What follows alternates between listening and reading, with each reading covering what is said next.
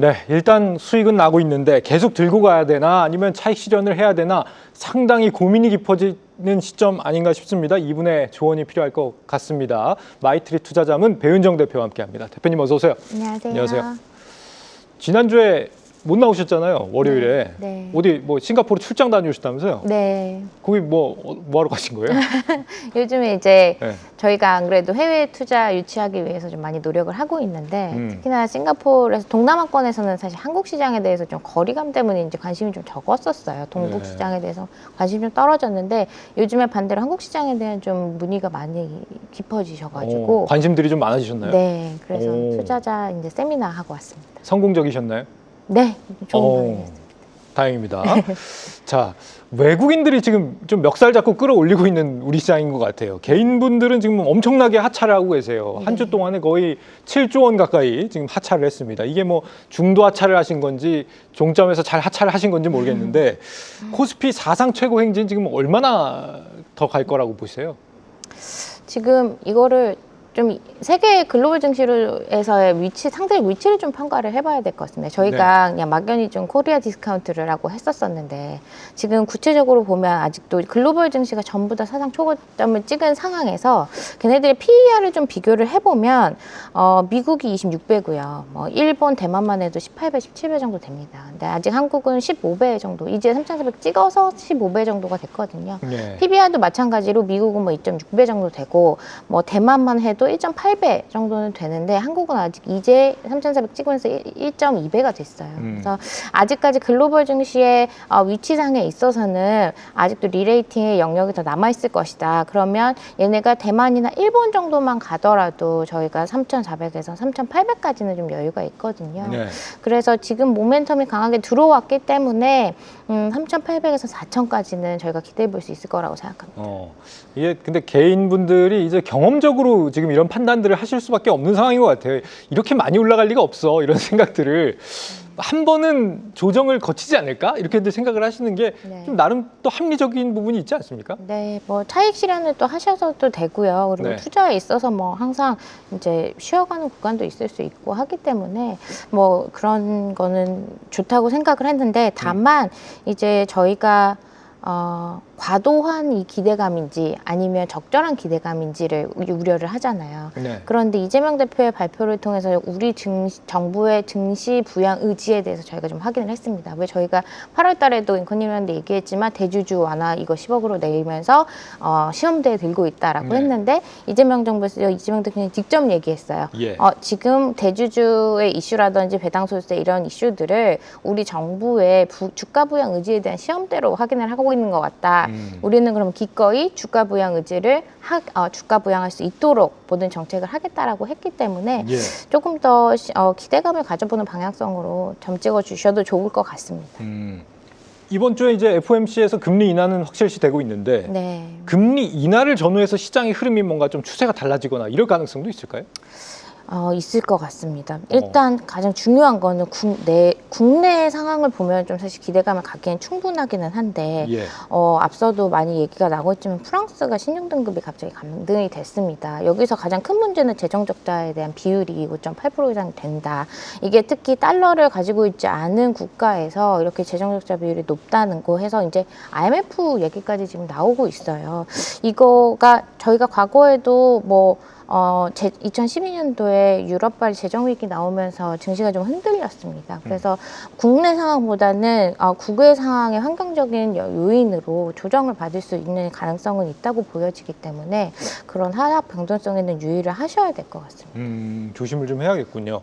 지금 현 우리 주가 지수 상승이 사실 펀더멘탈과 관계없이 일어나는 현상이라는 거를 아마 대부분들이 생각을 하고 계신 것 같습니다. 어떻게 보면 뭐 금리 인하에 대한 기대감이나 정부의 자본시장 활성화 정책들이 지금 영향을 미치고 있는 상황이라면 지금의 증시의 체질이 과거보다 얼마나 개선된 상황이라고 보시는지 궁금해요. 지금 3,400에 육박해 있는 이 상황에서요. 사실 말씀하신 것처럼 저희가 아직 개선된 사항은 없습니다. 근데 정부의 주도하에 우리 주식시장이 글로벌 스탠다드에 맞추도록 노력을 하겠다라고 하고 있고 그거에 대한 기대감을 저희가 가지고 있는 거고 실질적으로 완전 기대감만 아닌 것 같아요. 지금 실제 배당소득세라든지 대주주 그리고 자사주 이런 문제들을 하나씩 해결을 해가고 있고 네. 상법 개정을 계속 하고 있기 때문에 저희가 이번에 코리아 밸류업에 대해서는 좀 의미 있게 가져가 보는 게 좋을 것 같다라고 생각을 합니다. 그러면 그동안 우리나라의 GDP 대비해서도 우리는 항상 저PBR의 시장이었었어요. 그러면 어떻게 보면 왜 굳이 우리가 저PBR을 받았었어야 되는 시장이었냐에서 한국 시장도 평균 정도는 가보자라고 한다면 주가가 상승할 수 있는 메리트가 있을 것 같습니다. 네.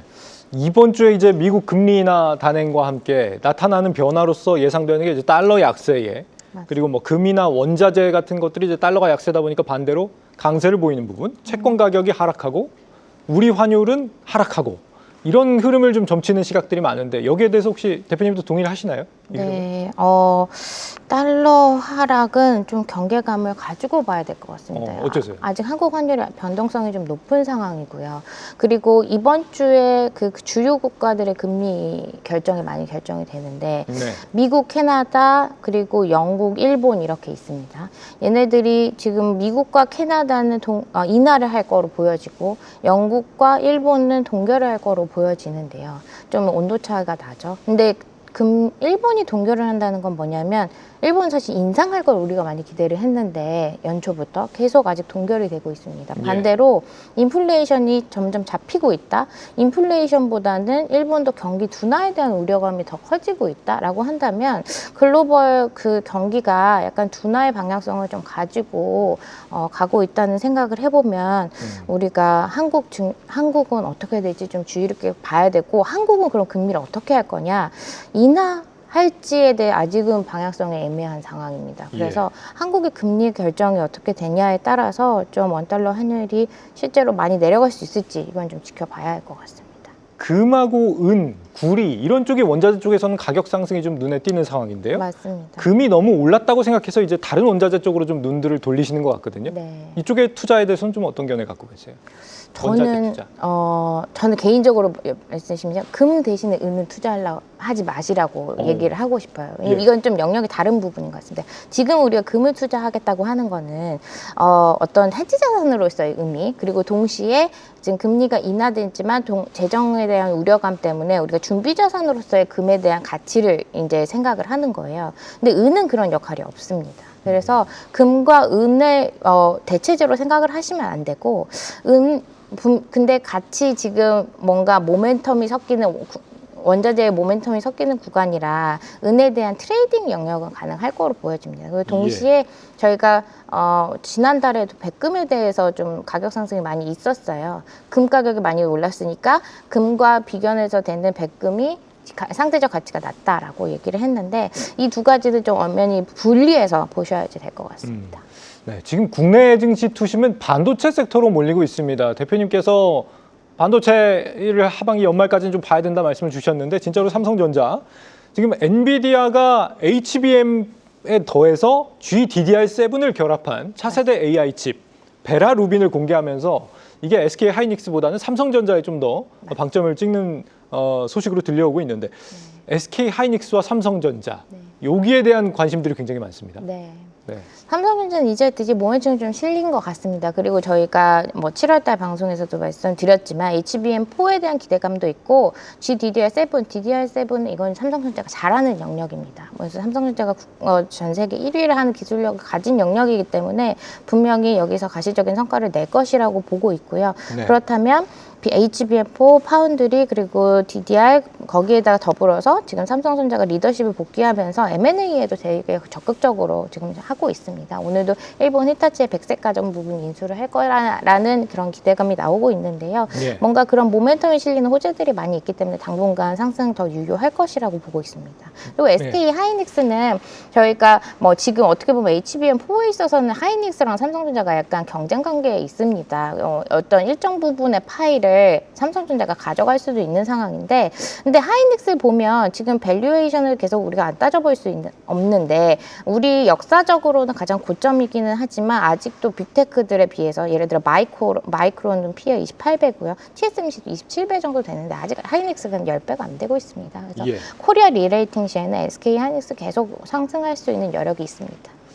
반도체 소부장 쪽을 여쭤봐야 되는데 시간이 1분밖에 안 남았답니다. 네. 그래서 다른 질문을 여쭤볼게요. 다른 네. 거는 반도체 소부장은 뭐 다른 시간대 많이 여쭤봤을 것 같아서 지금 조방원이 좀 소외가 되는 것 같습니다. 네. 조선 뭐 마스가 프로젝트가 맛이 간 것 같아요. 네. 지금 조선 쪽을 좀 속이 상해서 드리는 말씀입니다. 네, 네. 지금 수주 소식이 굉장히 많은데 왜 이렇게 조선은 힘이 없는 것이냐. 이 부분 좀 얘기해 주십시오. 저희가 요즘에 이제 장세의 특성이 그렇습니다. 글로벌 장세의 특성이 뭔가 펀더멘탈이나 밸류에이션보다 이 모멘텀에 대한 호재가 얼마나 따끈따끈하냐가 좀 영향을 많이 미치는 것 같아요. 근데 조박원은 좀 그동안 우리가 많이 상승을 했던 좀 다소 보면 지루한 호재일 수 있을 것 같아요. 그래서 네. 약간 주가에 대한 부담도 있고 해서 차익 실현 구간에 들어간 것 같은데요. 조방원에 있어서 유효할 수 있는 기업들은 있습니다. 예를 들어서 뭐 저희가 마스가가 그렇다고 하지만 실질적으로 이거는 일어나고 있는 프로젝트이기 때문에 마스가에서도 누가 더 선별적으로 실적을 낼 수 있느냐. 우리는 하나오션을 기대했는데 삼성중공업이 나타난다든지 이런 좀 선별적인 기업에 투자가 가능할 거라고 보기 때문에 그런 바텀업 리서치를 하는 게 조방원에서는 적절할 것 같습니다. 네. 자, 우리 PD님 한 3분만 더 안 됩니까? 안 된답니다. 네, 오늘 말씀은 여기까지 듣도록 하겠습니다. 마이트리 투자자문 배윤정 대표와 함께했습니다. 대표님 말씀 잘 들었습니다. 감사합니다.